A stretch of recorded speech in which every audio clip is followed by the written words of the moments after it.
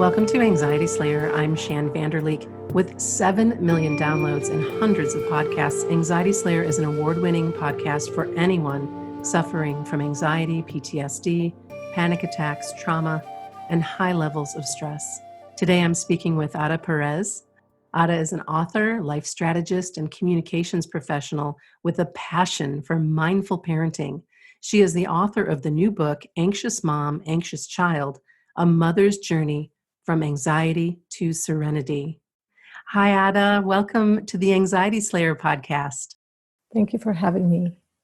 It's such a pleasure to have this conversation with you today. Ananga and I met earlier this week, and we realized that over all of these years, we really haven't talked about the mother's journey and how suffering with anxiety, how that can affect our children and our relationship with our children. So this is a topic we're very excited to talk with you about and learn more from you and your story.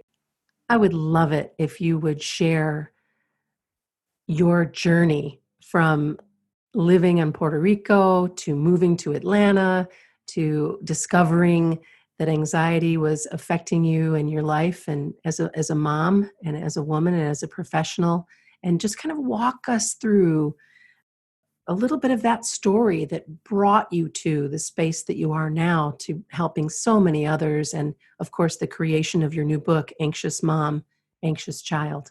In many ways, my story is similar to the hundreds of other children who dream of a bigger dream when they're living outside of the United States. And that was my case. I dreamt a big dream of coming to the United States after college and working in the United States.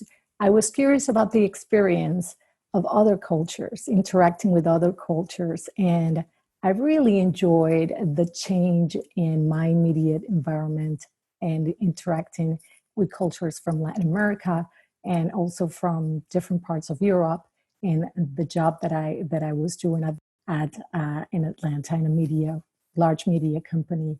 The exposure to so many cultures was so enriching and really fulfilled that very dream that I had. And years later, little did I know, it was going to be a challenge for me to be among all these cultures, but further away from my own family, who lives mostly abroad or across the United States in other cities. After my divorce, I was faced with the challenges and the fears that sometimes we mask or sometimes go unnoticed for years. I found myself as a single mom suffering from anxiety, which I really did not know at the time was anxiety. Mm-hmm. One of the things that I learned through my journey is that we often confuse stress with anxiety. And in our culture, and of course we are having this conversation today with no intention to generalize, but it is part of our, Hispanic culture to sometimes not talk about certain topics in the conversations. Certain conversations are not normalized. And I believe, and again, it's my personal experience, that anxiety is not fully understood or frequently discussed in conversations. And we often just assume we are just going through a rough patch and we're just stressed. Right. So, well, and it seems to me that in all of the years that we've been producing the Anxiety Slayer podcast, that it's only been in the last couple of years that we've really seen a bigger dialogue, more people stepping out, more people sharing their stories, people that are in the spotlight that are willing to be honest with their struggles. And it's been so very helpful. And I understand, depending on how you're raised, it's maybe not okay to be speaking about these things, or there's an entire lineage that doesn't understand or doesn't want to hear it or wants you to suck it up and get over it or whatever the story may be. Correct. And there is stigma in the word anxiety, and in many ways you just don't understand the depth and the breadth of mental health until you are faced with a challenge and you recognize yourself suffering from it.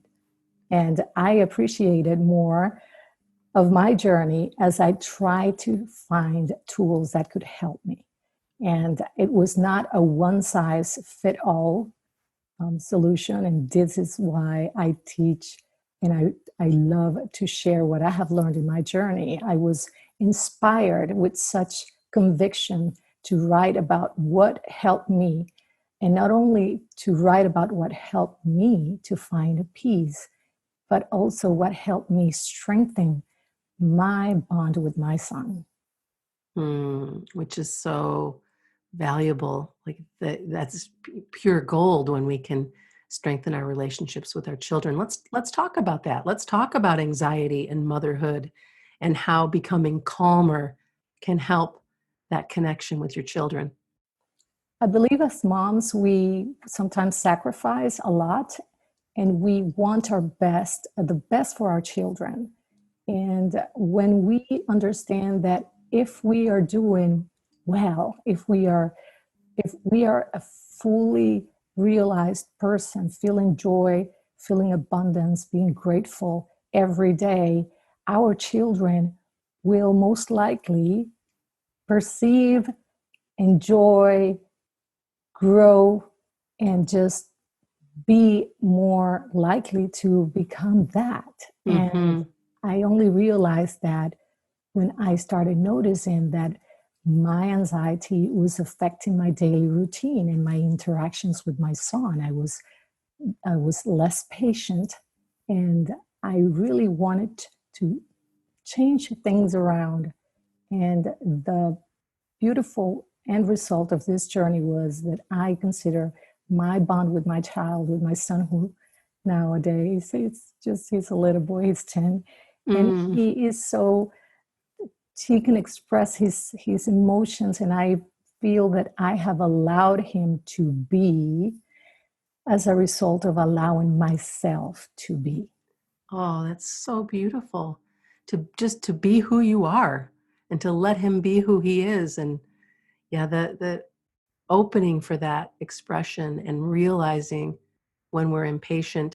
I came into this world impatient. It's something I work on a lot, and it's something I fail at a lot for sure. But I know it, and I know that that's a part of my nature, and so I can do something about it. Or if I see that showing up in my daughter, I can remind her that there are other things that we can do to kind of chill out and get back to center and not be in that space of having everything be a fight or flight. Mm-hmm. And recognizing that we are different, recognizing that our children do not need to be like us, Mm-hmm. letting go of the expectations that Oh we yeah. have Oh for our yeah. children to be a certain way, to act a certain way, or to become a certain person that we in our fantasy world have envisioned for them. Oh, that's huge, Ada. That's huge. Yes. We go back and we think about our own experiences.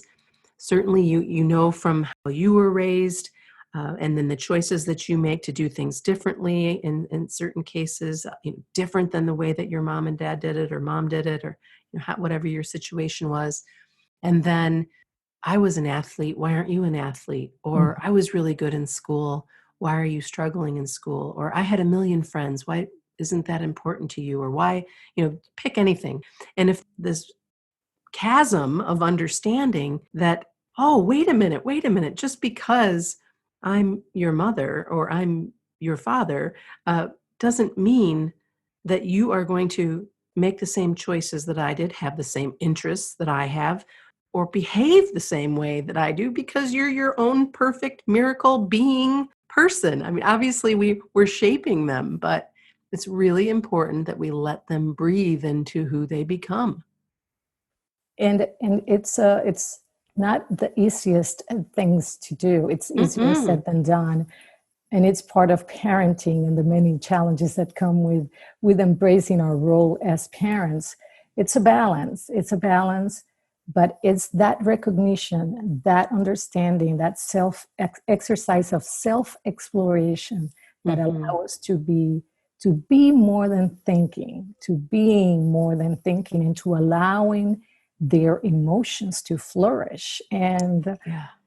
yes, in my book, I also talk, Shann, about being ready to listen to their real truth, and their emotions are not always packaged in the sweetest way. So being ready to recognize in ourselves our fears, it's a very important part of the journey to serenity. Mm. Let's talk about how we can identify and address some of the triggers that show up for uh, mothers, for Latina women in day-to-day life. Absolutely. I think the Hispanic cultural nuances are sometimes very similar to other cultural nuances, but for the purpose of our conversation, I think we could we could we could picture ourselves picking up our children from school and being exhausted from working all day, and while we are driving in the car, they are ready to have time with their mothers. They're Mm-hmm. ready to connect. They have been yearning for that moment, even if they don't have the words to express their need to connect with their mom. In the meantime, we are exhausted. We need to focus on the road. We need to think about dinner. We need to actually, by the way, maybe check the phone because texts are coming through, but we can't because we're driving. And our child is trying to get that time with us, but we're in a way we're close to them.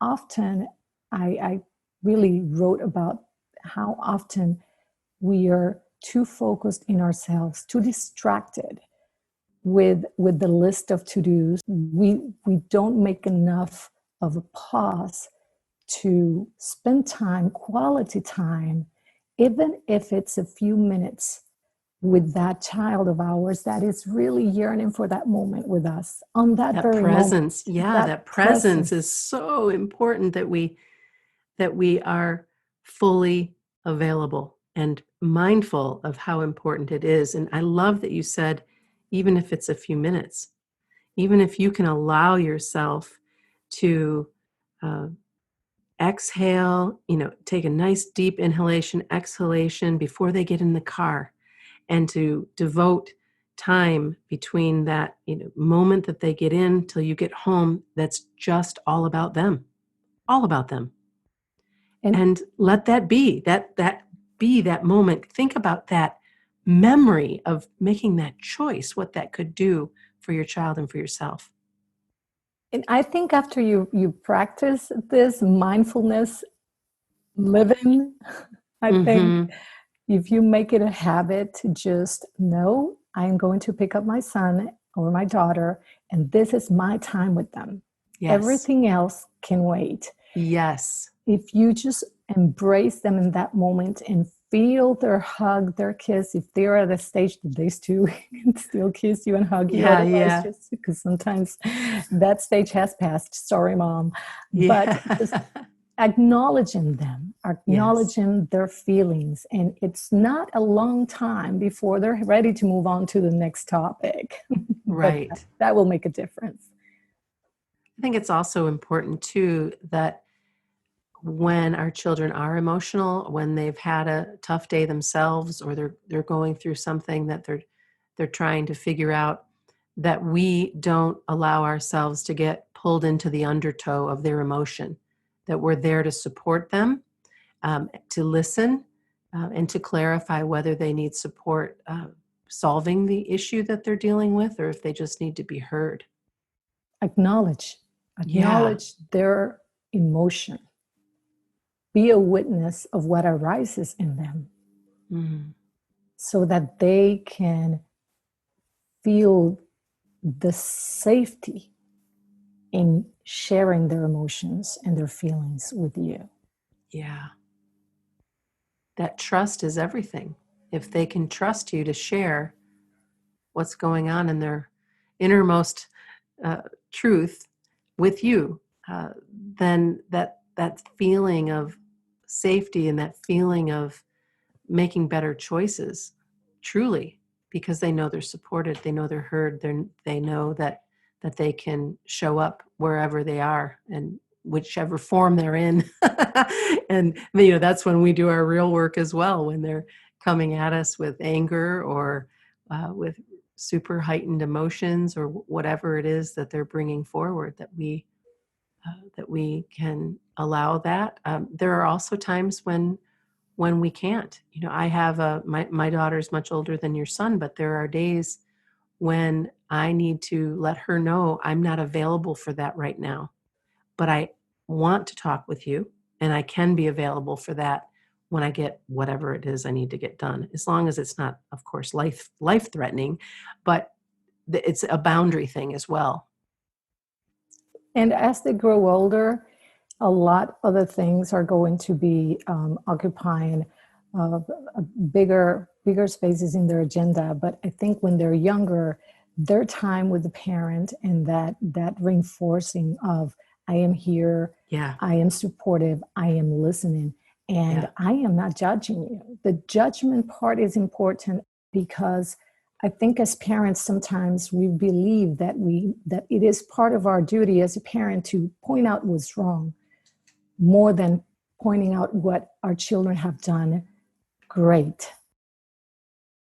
Just taking into account how did he do today, and bringing out the positive, and just bringing him to a space of feeling grateful for this interaction with you. Mm-hmm. Feeling that there's a space between you, that is a bond. I call it a bridge. You are building that bridge. You're strengthening that bridge when you're allowing for that space to be. Your son's lucky to have you as his mama. Oh, thank you. I'll bring him over and have you tell that to him. Let's talk about how praying and meditating have been incredibly helpful for you. Thank you for that question. I really feel passionate about this topic because it was through the exploration of mindfulness and the different tools, meditating became for me such an important aspect of my healing. And I have found that sometimes we hear topics, the topic of mindfulness being something as opposed to praying. And I want to share with your listeners that it's okay to meditate and pray. I do both. Me too. I do both. And yes, so you will agree that when we meditate, we're listening. We are listening. And when we pray, for the most part, we're asking, and it's okay. There is a place for both. And I try to always remember that. And I teach my son that it's important to have spaces for meditation, to be silenced, to practice deep breathing exercises. And also, there are times when we show our gratitude and we pray and ask for blessings. And it's so beautiful that that's something that you're teaching him, that he will be able to use in his life for many, many years to come. That comfort of knowing what it is to be still and what it is to be grateful, and how you open up so much more of yourself when you can allow for that, and when you can give thanks and really point out all of the things that you're grateful for. I've had a gratitude practice for a very long time. So has Ananga. And it's, boy, on the days that you're feeling really low or feeling triggered or feeling like you have way too much on your to-do list, if you just stop and count your blessings, it's immediate diffusion of anything that's coming forward. If you can catch yourself in that moment and do it. And it's old wisdom. Count your blessings. And right? we've heard it since we were kids. Count your blessings. And it's good to remind our children that they are so lucky and so blessed. And in our Hispanic culture, I think it's in many homes, again, not generalizing, but a lot of homes are traditional homes. And we respect the elders and we respect institutions. And sometimes we are taught that the power is from the outside, from the elders, and they are the ones that tell us what is going well in our lives, what we should be looking forward to. Their advice is very important, and I think old wisdom is very, very unique to our culture, in the sense that we want to show that respect for our elders and for the traditions. But at the same time, we have entered into a new age where we have to find that strength and the power within to find our own sense of gratitude, our own sense of direction, our own sense of pride in who we are, and understand that our experience, especially if you are a second generation, you have to recognize that the experience of your parents is different to your Yes. experience. The difference from your grandparents will be even more different. And it's an exercise that goes both ways for parents to understand the new generation will have a different experience than yours, and it's okay. Do not be Right. afraid. Allow them to be. Incredibly important, because if we're constantly trying to shape them to look like us, we are not doing them a service, and we're doing ourselves a disservice as well. It's not what we're meant to do. That is not our job. Our job is to love them for who they are and how they show up, and to be as open and available as we possibly can, and to understand that, of course, we're human and we're learning, and we can only come from our own experiences and then learn how to be more open to whatever they bring forward. And there will be times when they will fail, and we have to let them know that it's okay to sometimes Yes, fail and learn from our mistakes, or so-called mistakes. right, we can right. argue if they're really mistakes, but Sure, lessons sure. to be learned. Well, it's just when you can open up this way and support your children this way, and obviously there's work to be done, self improvement, self love, all of the work that we do to make ourselves stronger, to make our internal lives stronger through prayer, meditation, mindfulness, nature, all of the things that we do and talk about to remain grounded. Yes, of course, this is important to do, important work to do for yourself, so that you can show up for your children and show up for those that you love in a much more peaceful way, in a much more comfortable in your own skin kind of a way.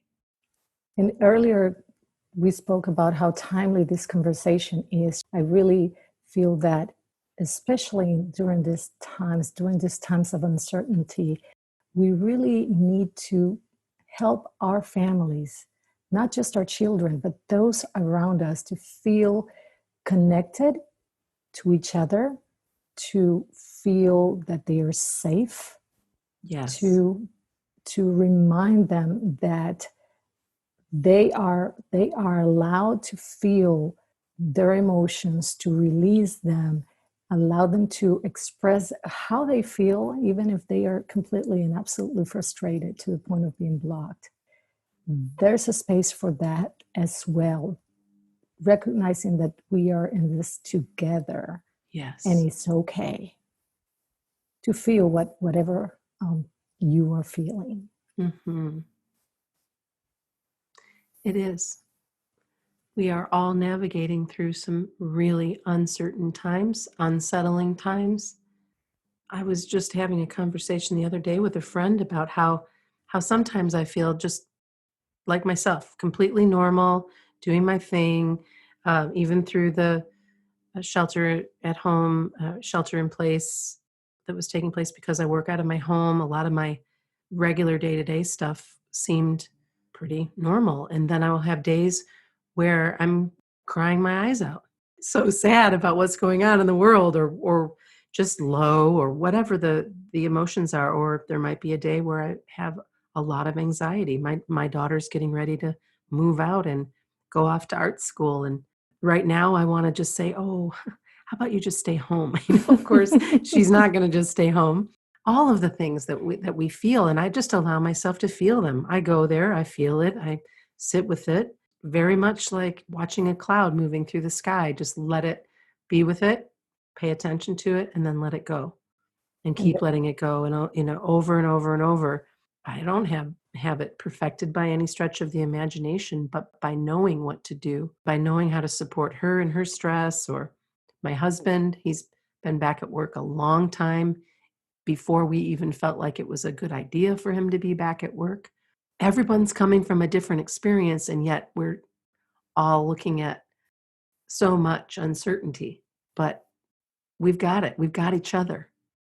And we're blessed to have our families and friends. We're blessed to have our children reach out and support each other the best way we know how. Old school, like neighbors do, who take care of each other, who look in on each other.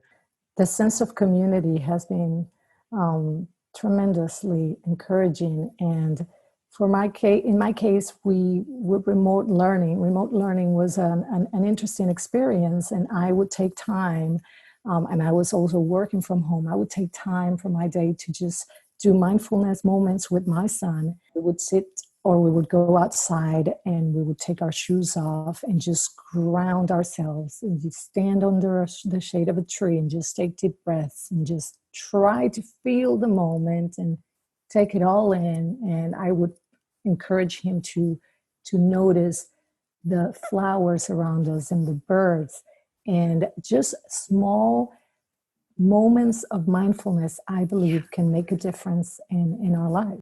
There was a quote that in your book that you used from Nicholas Chamfort that is, "The most wasted of all days is one without laughter." And it was my very favorite.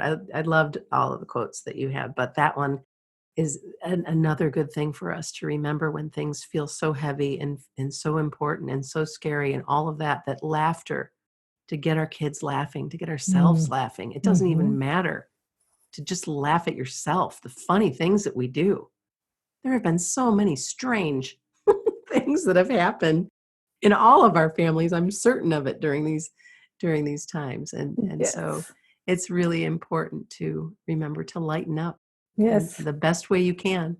Lighten up and laugh, even if it's at ourselves. I Yes. found myself making these mistakes that I'm like, oh, how did that happen again? And I just I sit around home and I'm like, okay, I just have to laugh at it and move on. Tomorrow will Yeah. be another day to Right. go at it again and try it and Right. Well, and that's such also better. that's a very healthy way to behave in front of our children as well. If they learn to laugh at themselves while they're young, think about how ahead of the game they are when they're out on their own and not taking things so darn seriously and holding themselves up to this idea of perfection or Mhm. whatever the issues that we've Mhm. projected on them or they've picked up along the way or what have you, to be able to just laugh and Mhm. see this is absolutely hilarious, and then get on with it. What a delightful conversation we've had today. I'm so grateful that you reached out and wanted to share your book and a little bit of your story with Anxiety Slayer. The Anxious Mom, Anxious Child is available wherever books are sold, but you can also get it at breathepublishing.com. And you can also contact Ada at breathelifestrategies.com. Before we go today, I'd love for you to share anything that you might be thinking of to send us on our way. I encourage everyone to find moments of silence that can lead to self-exploration. Embrace silence and embrace laughter, and tomorrow will be a better day, no doubt. No doubt. That was Ada Perez. She's the author of Anxious Mom, Anxious Child, A Mother's Journey from Anxiety to Serenity. You can learn more about her work at breathelifestrategies.com.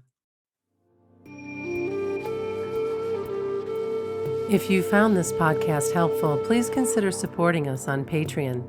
As a friend of Anxiety Slayer, you'll get access to over 40 guided meditations and extra resources for calming anxiety. Visit patreon.com/anxietyslayer.